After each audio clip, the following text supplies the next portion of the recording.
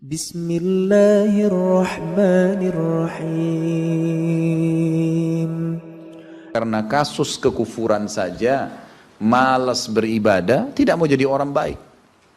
Hanya itu sederhananya. Lalu kenapa teman-teman? Apapun waswas syaitan yang mengatakan orang beriman itu susah, itu bohong semuanya. Demi Allah orang beriman itu bahagia, tenang. Bisa mendapatkan semua dunia. Allah janjikan. Tidak mungkin salah. Kita melihat orang-orang yang tinggal di Timur Tengah, Allah berikan kekayaan. Banyak orang di Indonesia juga, orang di Asia Tenggara yang memang beriman sama Allah banyak. Saya berjalan dengan orang-orang yang pergi umroh, pergi haji, banyak orang mampu. Banyak orang mampu dan mereka hidup bahagia, bisa. Ya. Jadi bukan berarti kalau kita lagi sulit, kemudian kita menganggap, oh ini berarti saya disiksa sama Allah, itu memang hukuman. Tidak. Antum harus berubah, kata Allah SWT, innallaha la yughayyiru ma biqaumin hatta yughayyiru ma bi anfusihim. Allah tidak akan mengubah nasib satu kaum sampai mereka mengubah nasibnya. Maksud daripada ayat ini adalah, kata sebagian ulama, kalau seseorang muslim dia memohon, merengek, mengadu sama Tuhannya dan meminta apapun sampai dia minta menjadi seorang raja dunia, akan dikabulkan oleh Allah. Asal dia mau mengubah dirinya. Lalu Allah akan bukakan kepadanya peluang-peluang untuk mencapai apa yang sedang dia minta itu. Dan Allah sebaliknya akan mencukupkan kebutuhan seorang hamba kalau dia mengatakan, cukuplah saya begini. Misal ada orang bekerja, dia dikasih sama Allah gaji, dia dapat gaji 2 juta, dimudahkan, dia diterima kerja seterusnya. Lalu dia mengatakan, cukuplah seperti ini. Keluarga saya biayai 1,5 juta, sudah cukup, alhamdulillah. Udah, nggak masalah. Allah cukupkan dia dengan itu. Tapi kalau ada orang tamak dengan rahmat Allah, enggak, saya mau begini, saya mau begitu, saya mau berusaha, lalu merengek minta kepada Allah, Allah akan kasih, tapi prosesnya ada. Karena kita di dunia ada proses. Makanya Umar bin Abdul Aziz rahimahullah mengatakan, sungguh saya ini memiliki pribadi yang tumuh. Tumuh itu orang yang selalu antusias mendapatkan yang terbaik. Beliau waktu jadi masyarakat biasa, beliau minta kepada Allah agar menjadi gubernur Madinah. Dan beliau mengatakan, terus saya menggencot doa itu setiap malam sampai Allah kabulkan saya jadi gubernur Madinah. Gitu kan? Kemudian setelah itu saya memiliki antusias yang lebih besar untuk menjadi khalifah. Dan terus saya berdoa sampai Allah nobatkan jadi khalifah. Padahal Umar bin Abdul Aziz tidak bisa jadi khalifah pada saat itu kalau sesuai dengan jalur keturunan. Semestinya ada orang lain, dia memang keturunan Bani Umayyah, tapi bukan dia semestinya pada saat itu menggantikan khalifah. Tapi subhanallah, sebelum meninggal khalifah sebelumnya, menulis surat bahwasanya yang datang setelah saya adalah Umar bin Abdul Aziz, padahal bukan dia. Makanya setelah Umar bin Abdul Aziz meninggal, kembali kepada keturunan raja yang pertama. Tapi Allah selipkan dia menjadi khalifah di situ. Dan dia mengatakan, saya mendapatkan semua apa yang saya inginkan dengan tumuh saya, dengan antusias saya yang besar, dan saya mohon kepada Tuhan saya sampai Allah kasih. Jadi Allah kasih teman-teman sekalian. Tapi bagaimana kedekatan antum kepada Allah subhanahu wa ta'ala? Bagaimana kita merengeknya dengan Allah? Bagaimana kita memohonnya dengan Allah? Tidak ada yang mustahil. Coba terus minta sampai Allah kasih. Karena setiap seseorang hamba mengucapkan Rabbana atau Allahumma, atau kita mengatakan dalam maksudnya, ya Allah, wahai Tuhanku. Begitu kita mulai memohon, itu sudah ada garis startnya ucapan kita. Ada garis finishnya. Tinggal antum sabar sampai garis finish enggak? Banyak orang berdoa baru pertengahan sudah berhenti dengan alasan Allah belum kasih. Allah mau lihat ini orang benar nggak, serius nggak. Sama rasionalnya gini, kalau kita kuliah, begitu kita sudah daftar kuliah, sudah ada kan prediksi kita 4 tahun tamat S1 kan? Oh iya, semester 1, semester 2, semester 3, sampai semester 8 misalnya. Ini yang saya tahu pada saat kami S1 di Madinah begitu ya. 1 tahun 2 semester, 1, 2. Tahun kedua, 2, 3, dan 4. Sampai semester 8 selesai S1. Baik, kita begitu daftar, pertama sudah tahu. Saya akan kuliah 4 tahun nih. Kalau saya lulus, selama 4 tahun saya akan lulus menjadi S1. Kita sudah tahu kan. Kalau ada orang baru tingkat 2 sudah berhenti kuliah, dia sendiri berhenti. Itu sama rasionalnya orang kalau berdoa tuh. Kalau merengek sama Allah. Sabar sampai titik klimaksnya, kita akan dapat ijazahnya, kita akan dapat apa yang kita inginkan, gitu kan? Tapi kalau orang terburu-buru, tergesa-gesa, dia tidak dapat. Jadi selalu tamak terhadap rahmat Allah, dan itu bagian daripada ibadah. Allah SWT menyuruh kita tamak dengan rahmatnya, ya. Kita disuruh berdoa dengan khaufan wa tama'a. Khauf, takut dengan azabnya Allah, jangan masuk neraka, dan tamak terhadap rahmat Allah. Minta terus agar Allah Subhanahu wa ta'ala memberikan kepada kita rahmat yang luas, ditambah, diberikan karunia. Antusias teman-teman sekalian. Orang mukmin itu selalu optimis. Tidak ada kata-kata pesimis, tidak ada kata-kata putus asa, nggak ada kata-kata dendam. Berlalu, qaddarallah ma syaa fa'al. Allah sudah takdirkan dan sudah terjadi. Kata Nabi SAW, kalau terjadi sesuatu pada kalian, katakan Allah sudah takdirkan, sudah terjadi. Buka lembaran baru, jalan sekarang, gitu kan? Sampai kata Nabi SAW yang memotivasi kita, kalau di tangan seseorang di antara kalian sebuah bibit, dan dia tahu, bibit pohon, dan dia tahu besok kiamat, tetap dia tancapkan, Sebagian ulama salaf dulu, mereka menanam pohon-pohon teman-teman sekalian, pohon-pohon yang umurnya lama, seperti kelapa, ya. Tapi di sana mungkin mereka menanam pada saat itu kurma lama tumbuhnya, gitu kan. Mereka tanam, sampai pada saat itu ada beberapa sahabat menanam pohon-pohon kurma yang masih kecil. Mereka di umur pada saat itu sampai alis mereka sudah putih dan turun menutupi matanya, saking tuahnya, 80-90 tahun. Ditanya oleh murid-muridnya, kenapa anda masih menanam seperti ini, di umur seperti ini, gitu kan. Kata dia, Allah akan memberikan saya pahala di setiap gerak-gerik saya, termasuk ini. Bagaimana dia antusiasnya? Artinya ada hadis Nabi yang mengatakan tidak ada seseorang yang menanamkan sebuah pohon, kemudian ada burung yang hinggap di situ, atau manusia ya, yang hinggap bernaung, atau mungkin hewan-hewan, ulat atau apa saja yang memakan daunnya atau buahnya, kecuali jadi pahala buat dia. Jadi selalu ada motivasi untuk menjadi orang yang terbaik, ya. Makanya juga dalam masalah surga begitu.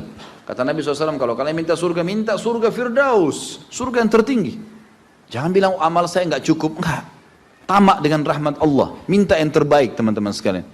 Kita tidak akan berubah kecuali, Allah tidak akan berubah kecuali kita berubah dulu. Kita yang mengubah menjadi lebih baik. Ya, ini poin yang harus digarisbawahi, ini sebuah kaidah hidup, ya.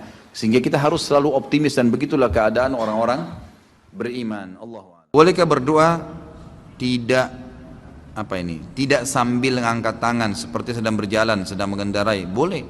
Nabi SAW seringkali berdoa mengangkat tangan atau tidak mengangkat tangan, terjadi, kan gitu. Misal antum tiba-tiba melihat ada mobil tabrakan, antum bilang, ya Allah mudah-mudahan tidak terjadi pada saya. Tidak perlu angkat tangan, kan gitu. Memang keadaannya begitu. Kalau emang antum mau angkat tangan pun tidak ada masalah, dua-duanya ada perintah dari Nabi SAW. Apakah mengusap muka setelah sholat dan berdoa pernah Rasulullah SAW kerjakan? Apa termasuk bid'ah? Belum pernah ada riwayat yang menjelaskan masalah itu. Mengusap wajah dengan telapak tangan, itu belum pernah ada contoh dari Nabi SAW. Nah, karena ini yang perlu kita jelaskan. Masuk dalam bid'ah kalau mengusap wajah, karena dia rangkaian daripada ibadah yang ditambah. Doa Nabi SAW tidak pernah mengusap wajah, kita mengusap wajahnya. Maka bisa ulama mengatakan masuk, karena kita menambah ibadah yang Nabi SAW sudah lakukan. Apakah tersentuh rambut istri dapat membatalkan wudhu? Enggak, kecuali antum syahwat, lain, kan gitu. Ini sudah pernah saya jelaskan, kan. Jumhur ulama mengatakan bersentuhan dengan kulit yang bukan mahram, ya, kalau tidak diikuti dengan syahwat, gitu kan, dan tidak sengaja. Kalau yang bukan mahramnya, istri di sini sengaja pun tidak apa-apa, asal tidak syahwat. Kalau yang bukan mahram, jumhur ulama mengatakan kalau tidak sengaja dan tidak syahwat tidak batal, nggak batal. Tapi kalau sengaja memegang, gitu, maka itu masuk dalam, ya, berhati-hati maka batal. Kalau syahwat jelas batal. Dengan istri menyentuh sengaja atau tidak sengaja nggak batal kecuali dengan syahwat.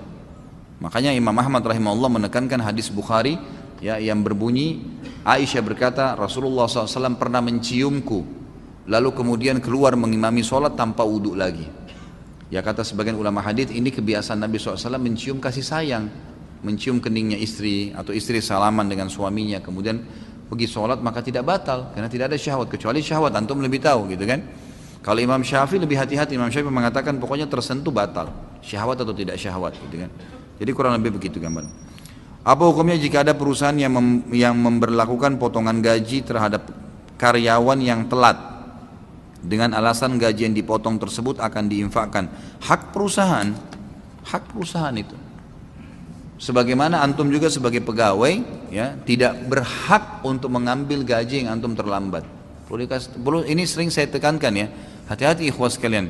Kalau antum akadnya sama perusahaan masuk jam 7.30, gitu kan, keluar jam 5 sore, antum datang pagi hari jam 7:31 menit, 1 menitnya itu harus antum minta ridhonya. Kalau enggak halal tuh, jangan diambil. Karena akadnya kan begitu.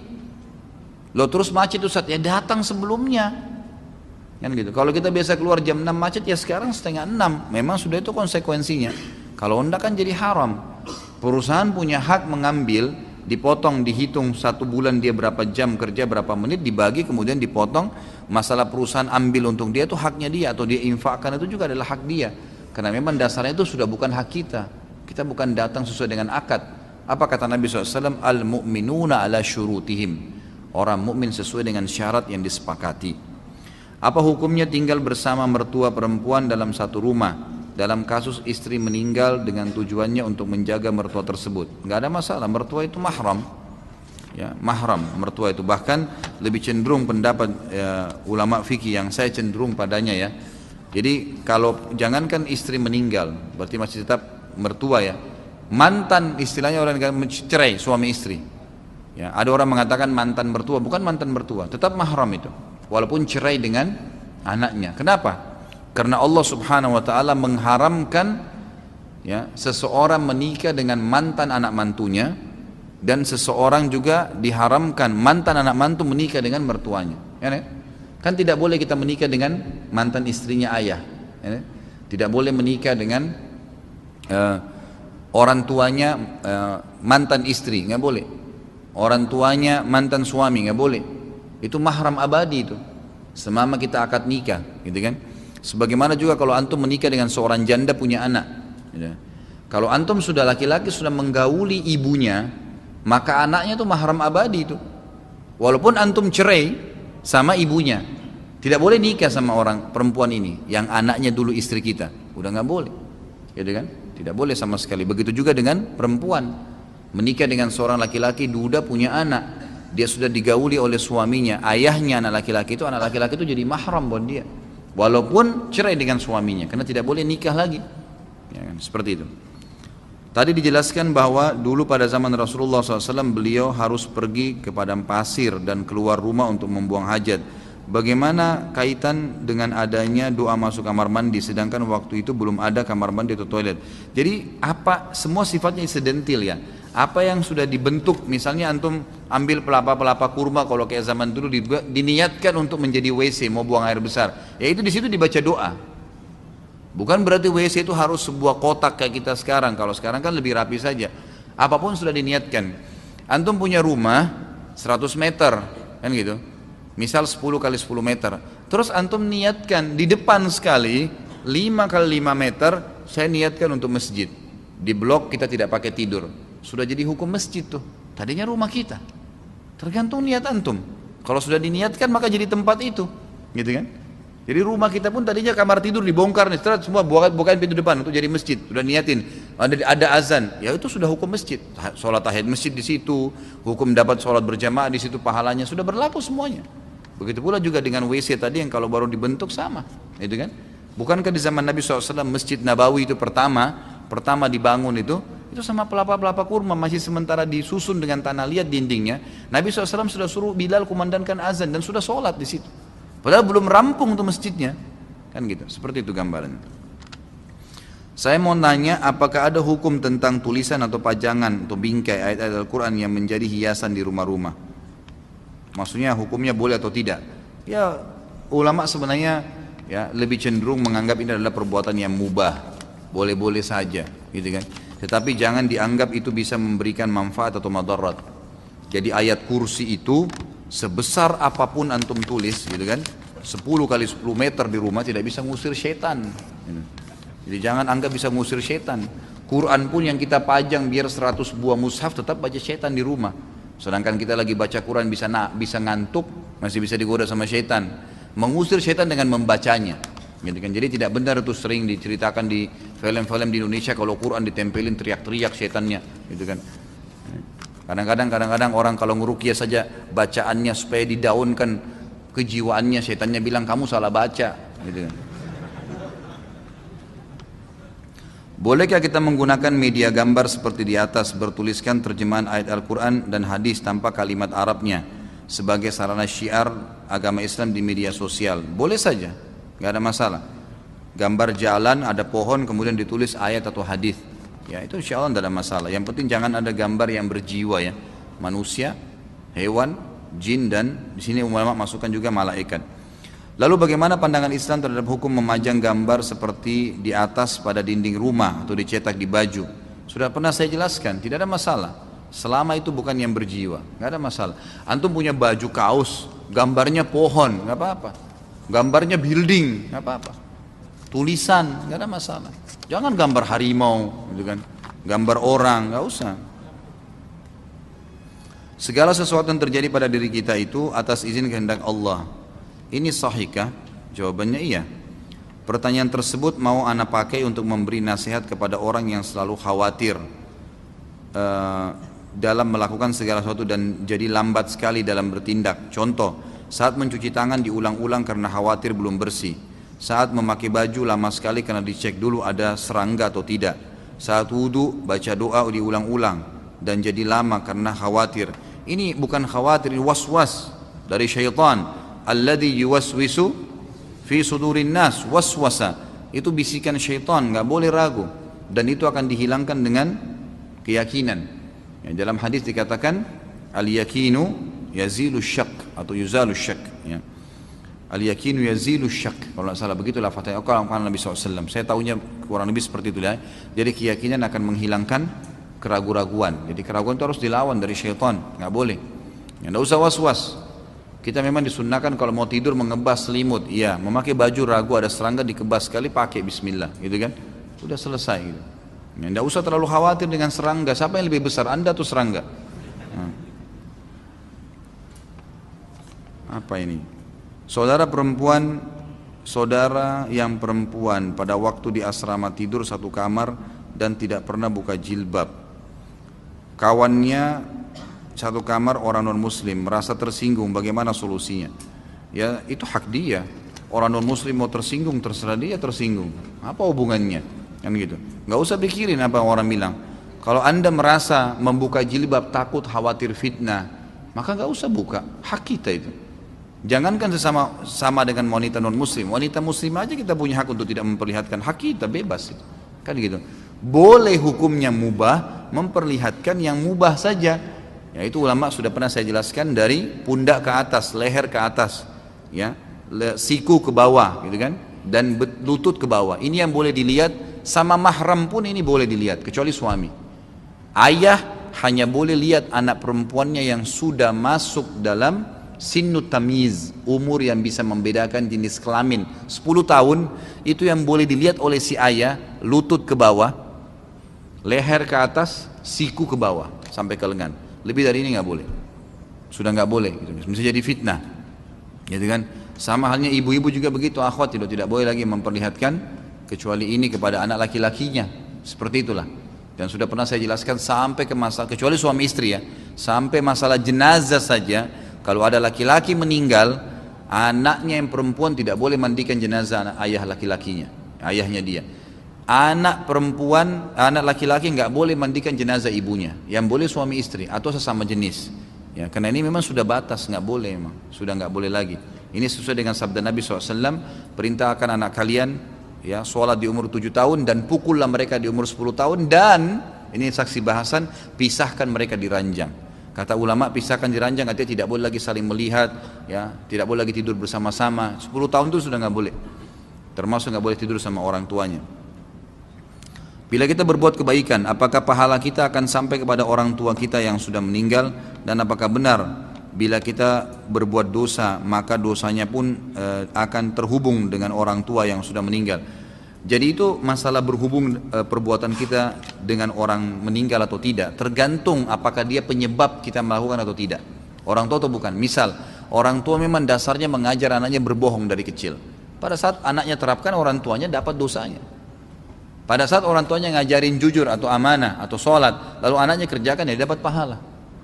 Tapi kalau orang tuanya nggak punya andil sama sekali, anaknya jadi baik, ya tidak ada hubungannya sama orang tuanya. Tidak ada andil di situ. Makanya kan sering kita tekankan dalam masalah pendidikan anak, ya usahakan anda sebagai orang tua punya andil di situ. Jangan terus andalin orang lain. Didik mereka, gitu kan. Ajarin doa tidur, ajarin doa bangun tidur. Itu yang mesti kita lakukan. Apakah athar sujud atau bekas sujud pada kening merupakan tasyabuh dengan agama Syiah? Gak ada. Mana ada orang Syiah punya athar sujud? Itu kan terbongkar itu. Beberapa tokoh Syiah yang dahinya hitam itu ternyata pakai batu panas di kepalanya. Dilengketin di dahinya batu panas. Nggak ada hubungannya dengan mereka sujud, subhanallah. Itu asar sujud juga biar antum sholat sujud lama nggak muncul-muncul kecuali Allah mau. Itu bukan dibuat-buat emang. Nggak ada hubungannya tasyabuh dengan Syiah. Orang Syiah yang mau bertasyabuh dengan kita, yang mau mengikuti ahli sunnah, ya karena ulamanya rata-rata ahli sunnah itu sudah asar sujud karena mereka sudah paham. Maka mereka juga ikut-ikutan. Salah satu ulama Syiah sekarang yang paling ditokohkan itu yang dahinya hitam sekali. Antum kalau dengar ceramahnya antum ketawa, subhanallah. Nggak ada isinya ceramahnya, sampai dipermalukan di Irak. Bisa bagaimana dahinya bisa hitam betul. Dibongkar oleh orang awam. Salah satu pembawa acara di TV Iran mengatakan orang-orang ini ternyata meletakkan batu panas ya di lantai yang mereka biasa pakai sujud, lalu sengaja dipanasin dan mereka sujud dengan waktu tertentu untuk supaya menarik orang, menarik audiens. Karena itu punya daya nilai sendiri. Naudzubillah ya. Bagaimana hukum menjual boneka yang dijual bukan untuk anak-anak, boneka berbentuk Doraemon, Mickey Mouse dan yang tidak menyerupai ciptaan Allah? Sama saja, nggak usah. Memang kalau tidak jual Doraemon tidak bisa makan, nggak usah lah. Syubhat itu jauhi aja. Ya kalau untuk anak-anak mungkin masih boleh, kalau enggak, apalagi Doraemon itu apa? Ada ceritanya, bohong itu, cerita bohong. Dan kita makin sebarin lagi kebohongan itu, subhanallah. Dari perutnya bisa keluar ini, bisa keluar itu. Anak-anak mengkhayal nanti begitu. Bohong semua, ngapain? Gak ada manfaatnya. Mickey Mouse, tikus, ngapain kita sebarin berita tikus? Mendingan antum ceritain tentang Abu Bakar, tentang Aisyah, tentang sahabat pejuang-pejuang Islam. Daripada Mickey Mouse, apa segala, gak ada manfaatnya sama sekali. Itu Batman, Spiderman, semua khayalan. Ada orangnya, mana? Gak ada. Bohong semua, dibuat mengkhayalan, tidak masuk di akal gitu. Itu permainan orang-orang Yahudi semua. Tinggalin itu, nggak ada gunanya. Jual yang halal akhi, banyak sekali ya Allah, pintu rezeki banyak. Buka yang halal. Bagaimana dalil mengenai laki-laki tidak diperbolehkan memakai celana ketat? Ana hanya mendapatkan dalil hukumnya isbal. Celana ketat itu pakaian ketat masuk dalam hukum dilarangnya menutup, memperlihatkan aurat, gitu kan? Dan juga masuk dalam firman Allah SWT masalah menggunakan libasut taqwa. Wa libasut taqwa dzalika khair. Libasut taqwa, pakaian taqwa adalah pakaian yang lebar tidak membentuk aurat. Karena memperlihatkan aurat di sini tidak harus telanjang bulat, tapi membentuk aurat itu, memperlihatkan bentuk tubuh itu sudah memperlihatkan aurat namanya, gitu kan? Makanya dilarang kalau memakai libasut taqwa harus lebar, seperti itulah, gitu kan? Hukum barang yang tertukar, contohnya sendal pada saat sholat hanya tersisa satu pasang saja dan tidak ada lagi.